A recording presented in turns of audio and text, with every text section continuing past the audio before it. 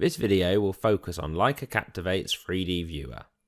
This is the part of the software where we are able to visually inspect and interact with our data.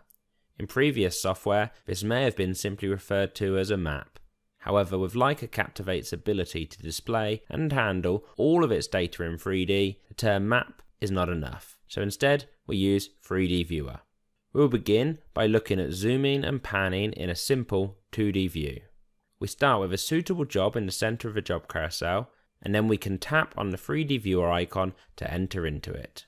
Straight away, we see the data from the job displayed on our screen. In fact, the view that we see when we enter into the 3D viewer for a job is the same view that we last used with that job. In this case, a 2D plan view. Let us now take a look at some of the zooming and panning controls.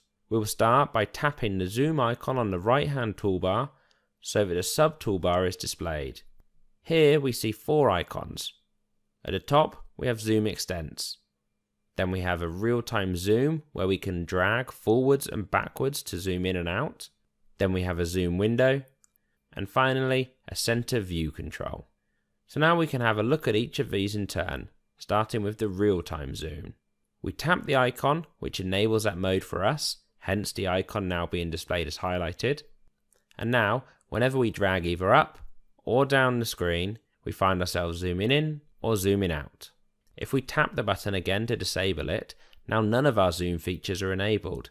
So when we tap and drag, we're actually panning. So when no other feature is enabled, a drag gesture simply pans our view.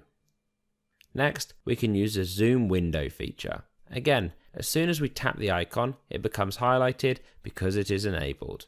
And we can then define our window by dragging diagonally on the screen. As soon as this is done, Leica Captivate will snap to the required zoom level and position. Next, we can look at the center functionality. To do this, we shall first select a point in the viewer and then use the center icon.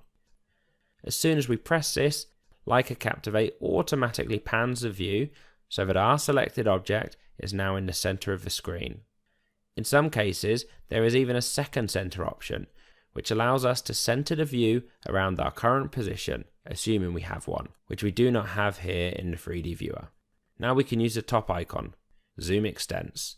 As soon as we press it, Leica Captivate instantly changes the zoom level such that all of the data fits inside the screen. Next, we can switch into a 3D view and add rotating to the zooming and panning that we have already looked at. We'll start by tapping on the view icon at the top of the toolbar. This brings out a second toolbar where we can toggle between different views. Here it is just 2D and 3D, but in some applications we might get additional views, such as an arrows view for stakeout or a cross-sectional view in an app such as roads. But for now, we'll switch into 3D and once again press the zoom icon on the toolbar so that the zooming toolbar is then shown. Here we can see we now have an additional icon, the 3D rotate icon. But instead of using that straight away, we'll just see that zooming and panning is exactly as it was with the 2D view.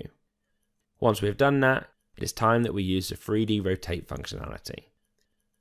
Here we can see that whenever we drag across the screen, we're no longer panning or zooming, instead we are rotating our view around the data. Next, we can look at how we configure the points and lines that we see. We do this by using the bottom icon on the toolbar, the settings icon, and then with the toolbar that has appeared, we can use the display functionality. When we click this, we are taken to the object display screen, where we have different tabs to allow us to configure how different types of objects are displayed. We'll start on the first tab, Points. Here we can choose, first of all, if the points are being displayed, but then also if we display the IDs, the codes, or heights alongside the points as text. We'll turn on the IDs and then press OK to return to the 3D viewer. Back in the viewer, we can zoom in and take a look at these IDs and see how they are displayed alongside our points. One of the first things we notice is that the point symbols and the text alongside the points is actually scaled. So we can tell straight away which points are closer to our viewing position and which points are further away. Another thing to notice is how Leica Captivate intelligently selects which text to display. Examples of this are shown on screen, where Leica Captivate knows not to display text that would be hidden behind other text.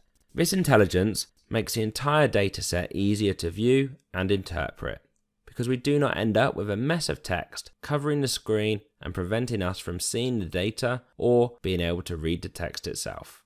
Now let's return to the Objects Display configuration and move to the Lines tab. Here we can turn on the display of lines by checking the box, and then we can press OK to return to the 3D viewer. Once we're here, we straight away notice that the lines are now displayed, so as we zoom out and rotate around, we find our data much easier to understand, and now we're looking at a better representation of reality.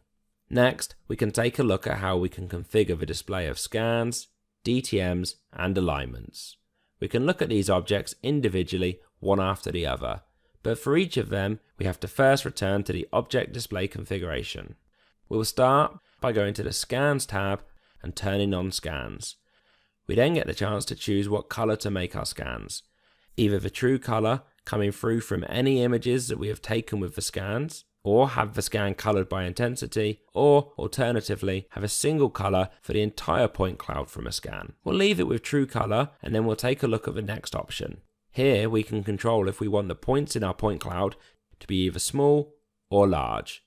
Using the large setting allows us to make less dense point clouds easier to see and to interpret.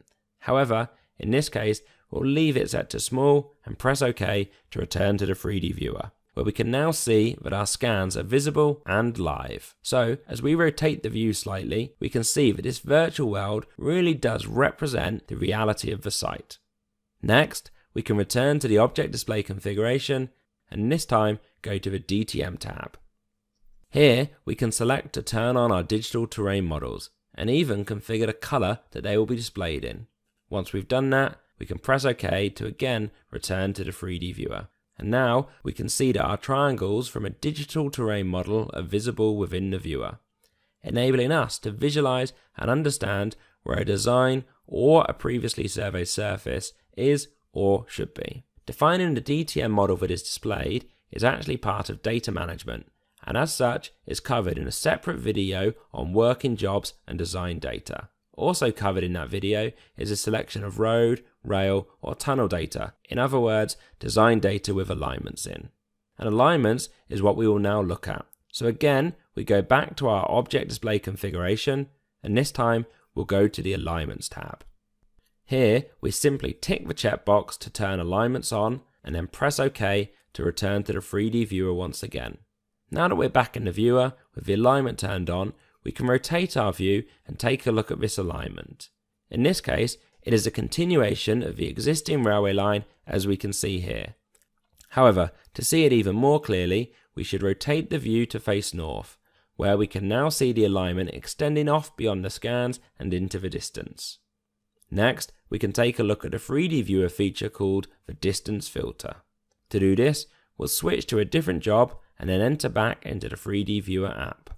Here, we can see that we have a site containing points, lines, and scan information for a car park, a road, and the surrounding buildings. As we rotate the viewer around the site, we can see we have a lot of information both close to us and also off into the distance. And this is where the distance filter can be used, so that we're only looking at a slice of the data at any one time. We use the settings button on the first toolbar, and then the distance filter button on the second toolbar.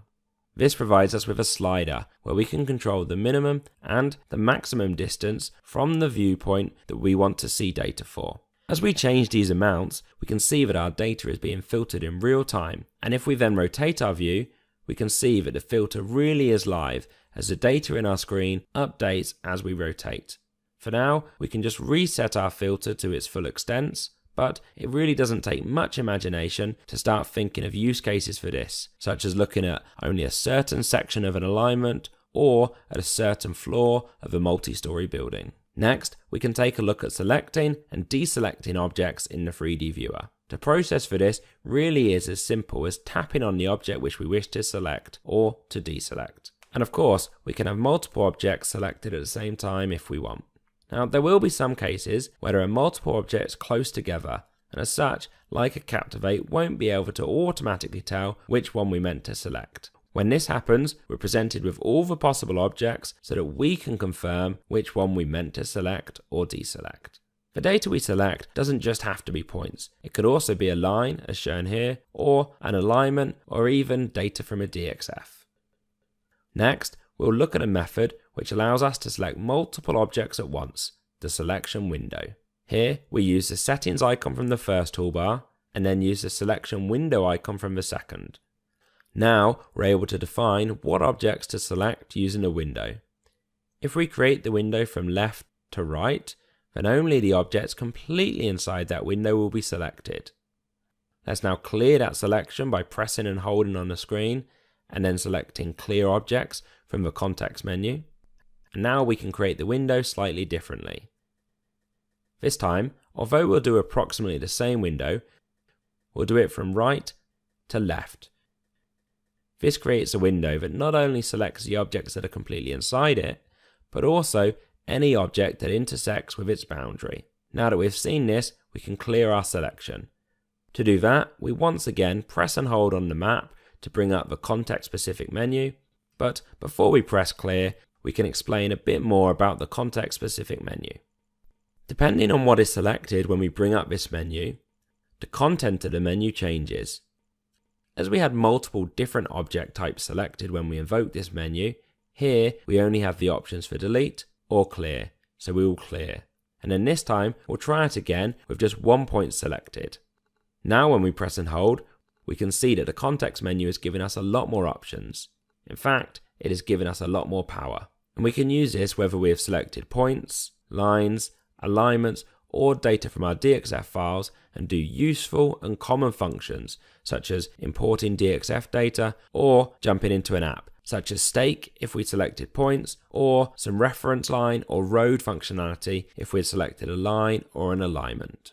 Now that we have seen how we can interact with our data and how the viewer helps Leica Captivate blur the line between the virtual world and the real world in 3D, it makes sense to take a look at how we can do the same in 2D.